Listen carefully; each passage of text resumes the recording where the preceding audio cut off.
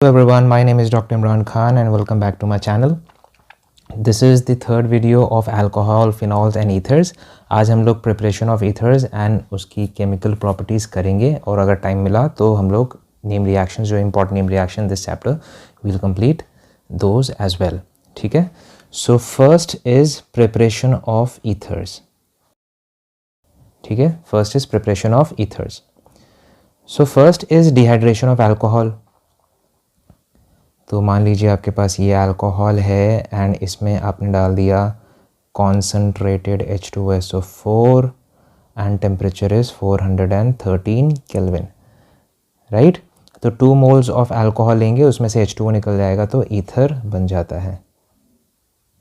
इसका मैकेनिज़्म आप मेरे प्रीवियस वीडियोस में देखिएगा। I have explained the entire mechanism of preparation of ether from alcohol, a very important mechanism.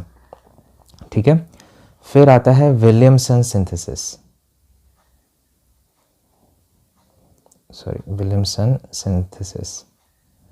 Williamson synthesis में ध्यान रखने वाली बात ये होती है कि 1 डिग्री अल्काइल हैलाइड होता है यहाँ पर। ठीक है, उसके अलावा नहीं लीजिएगा, 1 डिग्री अल्काइल हैलाइड ही यहाँ पर कंसिडर किया जाएगा। जैसे कि CH3ONa है एंड इसमें डालेंगे CH3Br। ठीक है, तो ये ऐसे टूट जाएगा, Na positive O negative and ये टूटेगा नेगेटिव Na पॉजिटिव, तो बन जाएगा ether CH3O CH3 plus NaBr। ठीक है, अगर आपने बेंजीन ले लिया फॉर इंस्टेंस, सोडियम फिनॉक्साइड ले लिया एंड इसमें डाल दिया CH3Br, फिर से वही NaBr निकल जाएगा एंड मिथॉक्सी बेंजीन मिल जाएगा आपको। ठीक है, थर्ड मेथड, कलर चेंज कर लेते हैं। अगर आप अल्काइल हैलाइड का रिएक्शन करवाते हैं विद Ag2O, जैसे CH3Br है, CH3Br 2 moles of CH3Br and Ag2O से अगर आप रिएक्शन करवा दे रहे हैं सोलर ऑक्साइड, तो ये AgBr ऐसे निकल जाएगा। तो बचेगा क्या, CH3O CH3 plus 2 moles of AgBr will be released. ठीक है, तो ये 3 सबसे ज़्यादा इंपॉर्टेंट मेथड्स है ऑफ प्रिपरेशन ऑफ ईथर। ठीक है, अब हम लोग आते हैं इसकी फिजिकल प्रॉपर्टीज़ कुछ देख लेते हैं। फिजिकल प्रॉपर्टीज़, ठीक है, तो इनकी प्लेजेंट स्मेल होता है, वोलेटाइल लिक्विड होते हैं ये, pleasant smell, smelling volatile liquid, volatile liquid. तो बॉइलिंग पॉइंट भी इनका अच्छा खासा होता है because they can form hydrogen bond, high boiling point,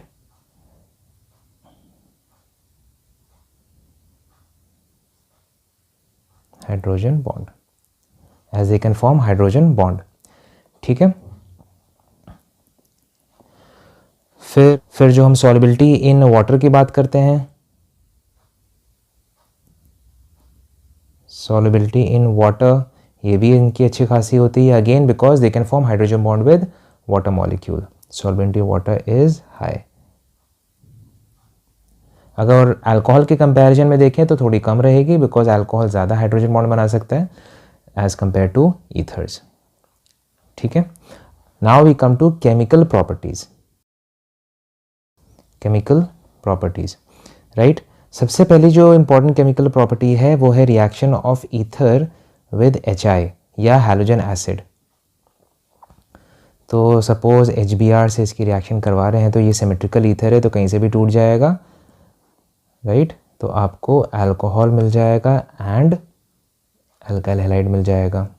मगर इसमें अच्छा एक चीज़ ये होती है कि मान लीजिए अल्काइल हैलाइड एक्सेस में डाल दिया, जैसे ये है, और आपने अल्काइल हैलाइड नाम ले रहा हूँ, हैलोजन एसिड एक्सेस में अगर आपने डाल दिया तो क्या होगा, तो पहला स्टेप तो एज इट इज़ जो ऊपर था,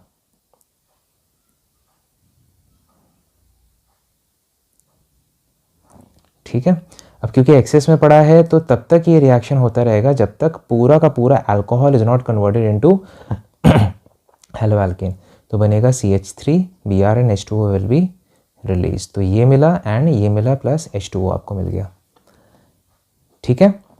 अच्छा, अब जो सबसे ज़्यादा इंपॉर्टेंट चीज़ जो पूछी जाती है वो ये है, अनसिमेट्रिकल ईथर्स में की रिएक्शन है विद HI, ये पूछा जाता है।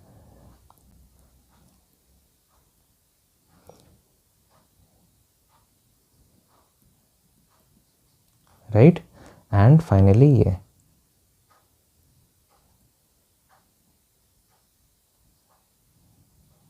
Plus HI। अगर आपने मेरा वीडियो देखा होगा तो उसमें मैंने एक्सप्लेन किया था प्रॉपरली, तो याद रखिएगा कि जो 3 डिग्री, ये देखिए 3 डिग्री टाइप का ना, ये वाला 3 डिग्री टाइप का जो है, तो ये जब यहाँ पर जब क्लीवेज होगा तो यहाँ पर होगा जिस साइड ज़्यादा नंबर ऑफ कार्बन एटम्स हैं, बाकी सब जो 1 डिग्री एंड 2 डिग्री वाला जो है, तो उस केस में क्लीवेज कहाँ पर होगा, जहाँ पर कम नंबर ऑफ कार्बन एटम है, तो ऐसे क्लीवेज होगा। ठीक है, and H positive and I negative तो एज इट इज़ बनेगा। ठीक है, अब ये इसलिए होता है बिकॉज ये जो 3 डिग्री वाला है this follows SN1 mechanism, and ये जो दोनों हैं ये फॉलो करते हैं SN2 मैकेनिज्म। ठीक है, तो अब प्रोडक्ट बन जाएगा CH3I प्लस CH3CH2OH, यहाँ पर बनेगा CH3I प्लस CH3H, यहाँ बना देते हैं CHOH एंड यहाँ पर CH3, एंड इधर डिफरेंट है।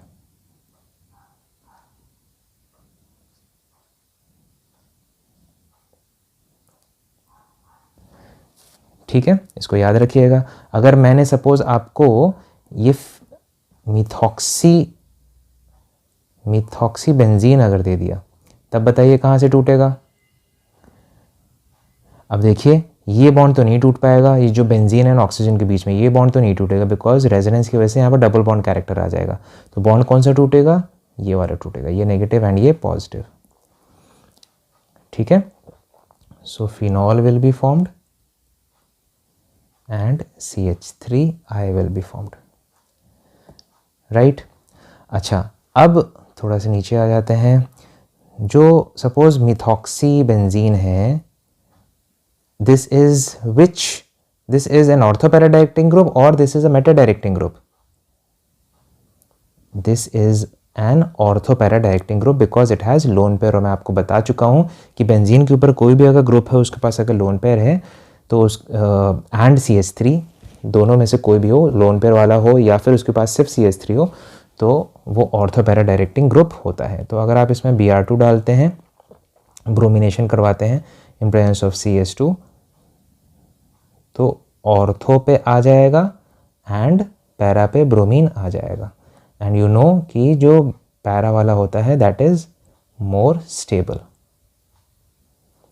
ठीक है, अब इसमें हमने डाल दिया CH3Cl, फ्रीडल-क्राफ्ट एल्काइलेशन करवा देते हैं इसमें, नाइट्रस AlCl3, तो OCH3 एंड CH3 यहाँ पर आ जाएगा ऑर्थो पे एंड पैरा पे। तो पैरा बना लिया हमने, अब हमने बनाया ऑर्थो। ठीक है, सिमिलरली फ्रीडल-क्राफ्ट एल्काइलेशन, एल्काइलेशन में क्या डाला जाता है, मान लीजिए कि acyl chloride in presence of anhydrous AlCl3,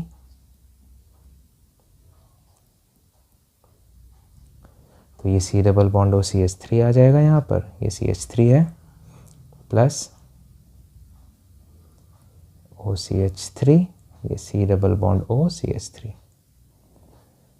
ठीक है, अगर आप नाइट्रेशन इसका करवाना चाहें, नाइट्रेशन के लिए क्या यूज करते हैं, yes very good, concentrated HNO3 plus H2SO4 use करते हैं। ठीक है, तो NO2 at ortho position, NO2 at para position.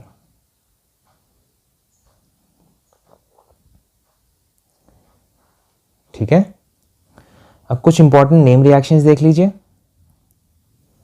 तो हमारा ये आज ही चैप्टर खत्म हो जाएगा। नेम रिएक्शंस, सबसे पहला नेम रिएक्शन है इसमें आपका कोलबेज,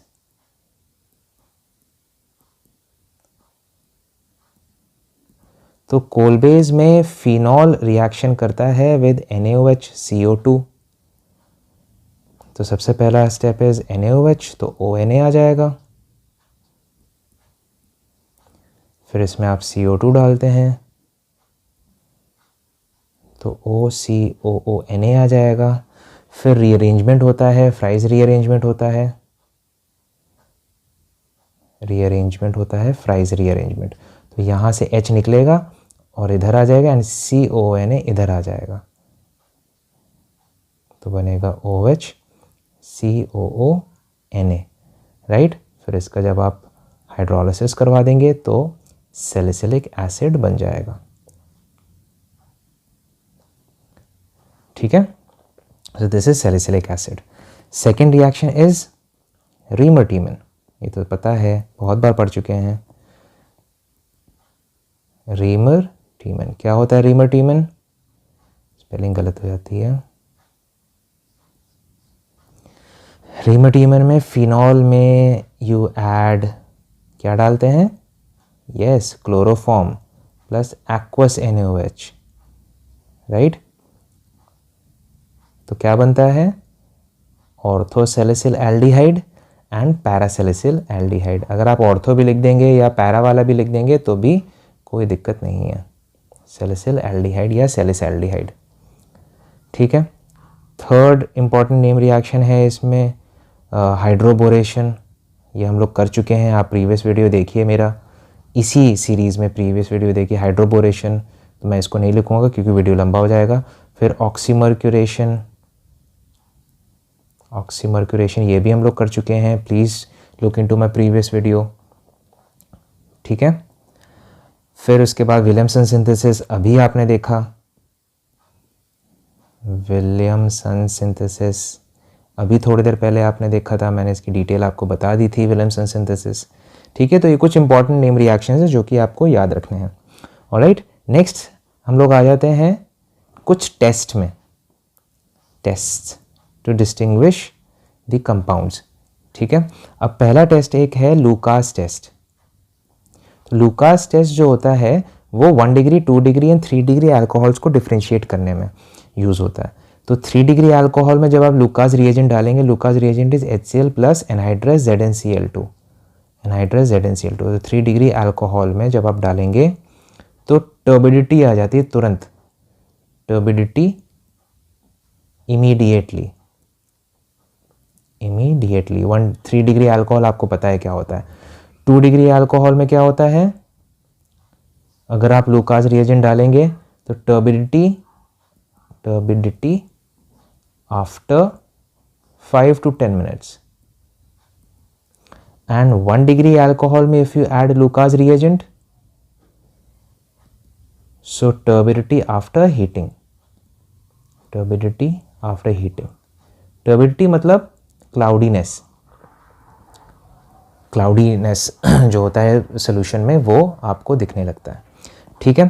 फिर उसके बाद आइडोफॉर्म टेस्ट, ये आपके लूकास रिएजेंट है, ये हो गया आइडोफॉर्म टेस्ट। आइडोफॉर्म टेस्ट भी मैं आप लोग को बता चुका हूँ, अगर यहाँ पर फिर से मैं लिख देता हूँ, तो वो अल्कोहल जिनके पास CH3CHOH अरेंजमेंट है वो देते हैं आइडोफॉर्म टेस्ट, एंड वो एल्डिहाइड कीटोन जिनके पास CH3C double bond O arrangement हो वो आइडोफॉर्म टेस्ट देते हैं, ठीक है। क्या डाला जाता है इसमें? जैसे कि मैं एक ये अल्कोहल ले लेता हूँ CH3CH2OH, इसमें I2 डालते हैं प्लस NaOH डालते हैं, तो इसमें बनता है CHI3। ये जो पोर्शन होता है ना CH3 वाला पोर्शन, ये दरअसल कन्वर्ट होता है इनटू आइडोफॉर्म, ये येलो कलर का प्रेसिपिटेट होता है, प्लस ये जो सिंगल कार्बन एटम बचा ये बनाएगा आपका sodium salt of carboxylic acid plus NaI and plus H2O, ठीक है। तो फर्स्ट स्टेप जो होता है ना, this is an oxidizing agent, तो ये पहले एल्डिहाइड में इसको ऑक्सीडाइज करता है, उसके बाद फिर जाके आइडोफॉर्म टेस्ट आगे प्रोसीड करता है, ठीक है। एल्डिहाइड या कीटोन में कन्वर्ट मारता है सबसे पहले ये जो अल्कोहल है, because this is an oxidizing agent, NaOI बनता है, सोडियम आयोडेट बनता है, ठीक है। Last test is FeCl3 test. FeCl3 test. All right. So FeCl3 test is given by phenol only. कौन देता है? Phenol only. So if you want to distinguish phenol from any other functional group, use FeCl3 test. So phenol में जब आप FeCl3 डालते हैं, alright, तो ये कॉम्प्लेक्स बनता है FeOC6H5 whole 6 3 negative plus H positive plus HCl. तो ये वायलेट कॉम्प्लेक्स होता है.